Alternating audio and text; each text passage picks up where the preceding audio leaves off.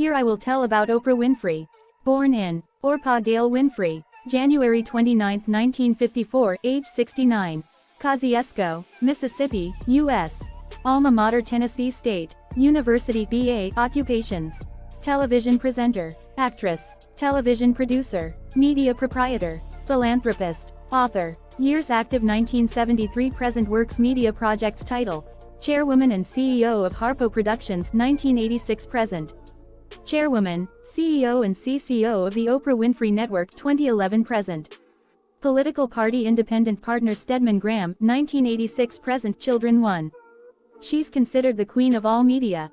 But it was a long and challenging road to the throne. Welcome to Ms. Mojo, and today we're taking a look at the incredible true story of talk show icon, businesswoman, philanthropist and media mogul Oprah Winfrey. Humble beginnings. Oprah Gail Winfrey was born on January 29, 1954 in Kosciusko, Mississippi, except technically her legal name was Orpah, after a figure from the Bible. Unfortunately for young Orpah, people struggled to pronounce her name, often switching the R and P, and so Orpah became Oprah. What do you believe is true for you? What do you believe is possible for you? Many of you have heard me share this story of growing up rural Mississippi, obviously a black girl at the time. We recall colored people, and my grandmother was a maid. That's all she ever knew. The only real expectation she held for me was that I would one day become a maid and, in her words, have some good white folks. Her mother, a housekeeper, was only a teenager at the time of Oprah's birth, and her father wasn't in the picture at the time. Oprah's first years were spent in abject poverty, and we're not just talking about living paycheck to paycheck. I thought about my childhood. Now I've shared my childhood lots of people, and as a child I was raised by my grandmother for the first 6 years, and my grandmother used to whip me often, but I would get beaten, and then I was never allowed to have any emotion about it. Since I lived with her grandmother until the age of 6, she often wore empty potato sacks as tresses. I remember the first night entering into that house and being told that I wouldn't be able to sleep with my mother, and I wouldn't be able to sleep inside the house, but there was a little 4A porch before you actually got inside the house, and I was put outside just to sleep there. I later realize is because it was the color of my skin. Despite these hardships and the mockery that poverty brought her from her peers, Oprah's early rural life also planted the seed of one of her greatest passions. Grandmother taught her to read before the age of 3. At the age of 6, Oprah moved north with her mother to Milwaukee. It was a fundamentally different environment, and her mother's parenting style was a drastic change from that of her strict but encouraging grandmother. She was also briefly sent to live with her father in Nashville, Tennessee, as if ongoing poverty and an unstable family environment wasn't challenging enough. Oprah was also the victim of both psychological and sexual abuse at the hands of extended family members and a family friend. That was my biggest life secret, and I lived in such fear of that secret coming out. It was my great life shame. I thought, oh my god, I'm a national television personality. If that ever came out, oh my god, people are gonna hate me, they're gonna think this, they're gonna think that. And when that came out by a member of my family who did it to deceive me, it was the greatest relief of my life, and I found out that the people who loved me still loved me. By the age of 13, unable to bear the circumstances of her home life any longer, she ran away from home, and as I sat there thinking, I don't belong in this place for bad girls because I'm not a bad girl, a woman comes out and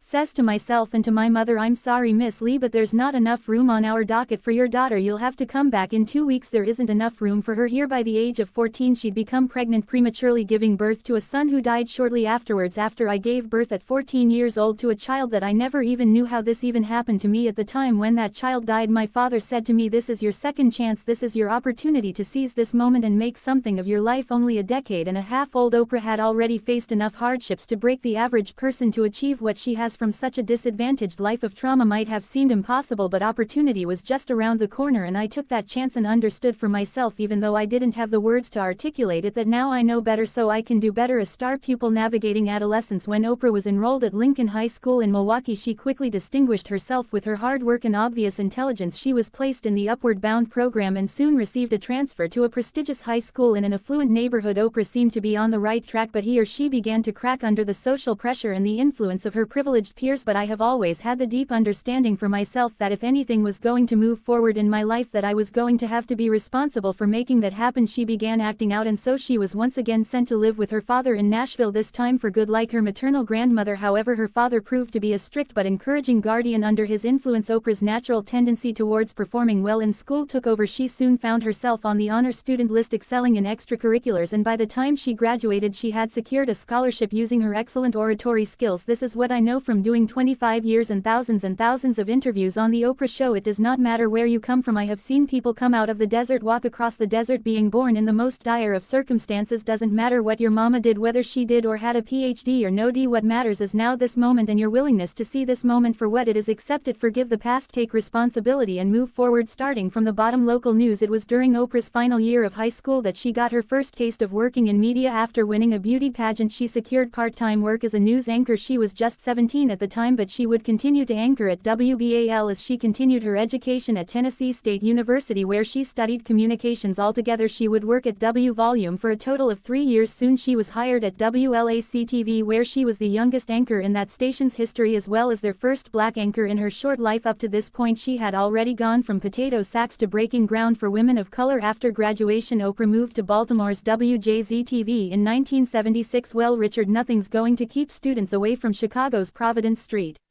Mell High School. Today, the students at the old black inner-city school had been told their school would close because the Chicago Archdiocese had run out of money. He or she initially served as co-anchor for the 6 o'clock news before losing her seat and being relegated to support tasks. But sometimes you got to take a step backwards to take 2 steps forward. She was asked to join Richard Scher on the talk show People Are Talking in 1978. It was Oprah's first foray into the format, and it would forever change her life. So nice. Oprah was not feeling well. Bastard, it's nice to have you under the weather. Yes, nice to have you with us today. The Queen of Chicago and the color purple. After having cut her teeth back in Baltimore, Winfrey moved to the Windy City. Though it may have seemed like a big step forward for the star in the making, Oprah had her work cut out for her. The morning talk show that she was taking over in Chicago was struggling to attract viewers. I got the job, and to my surprise, the show was a bit of a disaster. Nothing worked. Everything fell apart. I'm cooking. I don't cook. I certainly didn't cook then, and certainly don't cook on a hot plate on TV. It was here that Oprah first really showcased her star power. In a matter of mere months, Winfrey took Chicago from a sinking ship to WLS-TV flagship morning show and the highest-rated talk show in all of Chicago. It was who was a total mess, but I got through it. I do it and came off thinking,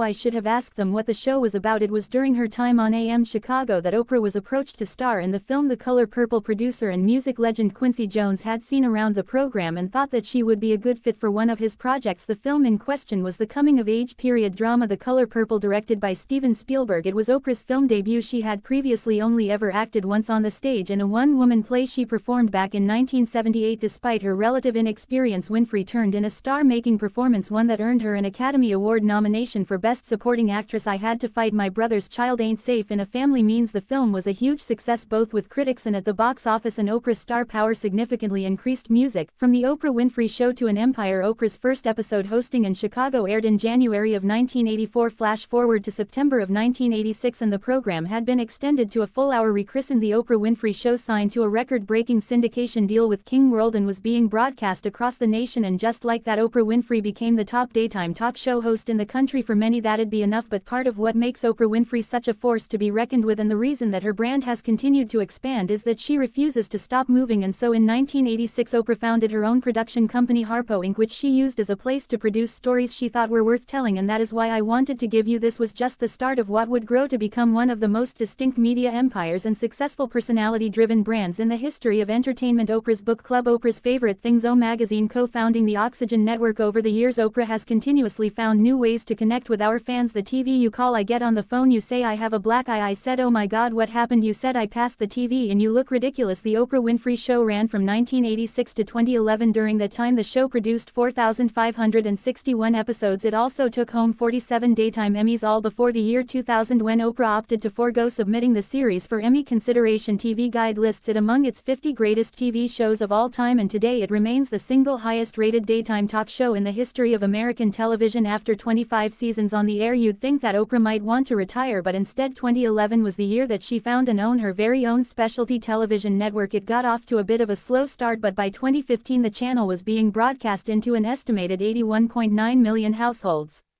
in America. I'm excited to give you an update about our own YouTube channel, so here's just a taste of some of what you'll see, because when Oprah faces adversity, she adapts, overcomes, and finds a way to succeed. A philanthropist first. It was 10 years ago this month when Oprah opened the Oprah Winfrey Leadership Academy for Girls. Look, this is a supreme moment of destiny for me. I've been coming to this day my entire life. Somehow, while accomplishing everything she has, Oprah has also managed to give back in a major way. By 2004, she already ranked among the 50 most generous Americans. Flash forward to 2012 and she donated an estimated $400 million to educational programs, scholarships, museums, disaster relief following Hurricane Katrina. Oprah has been directly involved with all of the above. I can't even really imagine what it's going to feel like. It is just going to be great. I want you to meet a fellow who raised $30,000 in 30 days all by himself to pay for our Oprah Angel House in Baltimore through Oprah's Angel Network, which operated from 1998 to 2010. Oprah accepted donations and redistributed them to nonprofits and charitable efforts. 100% of donated funds went to these organizations, with Oprah covering the own operational costs. I wanted to help girls who were like me, girls who really wanted it. They could see the possibility for themselves. If only you take that girl, you put her in school, you give her an opportunity to walk through the door of higher education. And we have what has happened here with these old light girls in South Africa. She operates a boarding school, the Oprah Winfrey Leadership Academy for Girls South Africa, where disadvantaged young women are given the skills and opportunities to change not just their own lives but the world. How do you thank you? Good. I am who I am today because of her. I feel as each one graduates I think, all right, that phase is done, and well done, well done. Before we continue, be sure to subscribe to our channel and ring the bell to get notified about our latest videos. You have the option to be notified for occasional videos or all of them. If you're on your phone, make sure you go into your settings and switch on notifications. The future. Over the course of her career, Oprah has changed the face of popular media, becoming an empowering icon for multiple generations in the process. But she's not finished yet. Each of us comes to this earth with a deep potential that earns to be fulfilled, with a love to be set free. We all crave connection. We search for common ground. Oprah has recently announced her intention to produce original content for Apple and continues to expand her brand with new projects. While she has publicly stated that she's disinterested in politics, she remains committed to changing the world through her philanthropic efforts. And what I know is, if we do our jobs right, we're gonna replace shame and we're gonna replace stigma with wisdom, with some compassion and with honesty. From the humblest of beginnings, Oprah ascended to become one of the single most influential figures in entertainment, if not the world, to leave this world more enlightened, kinder and better than we found it, and to move together 1 billion plus strong into a future of our own design, all connected through. Do you agree with our picks? Check out this other recent clip from MS Mojo and be sure to subscribe and ring the bell to be notified.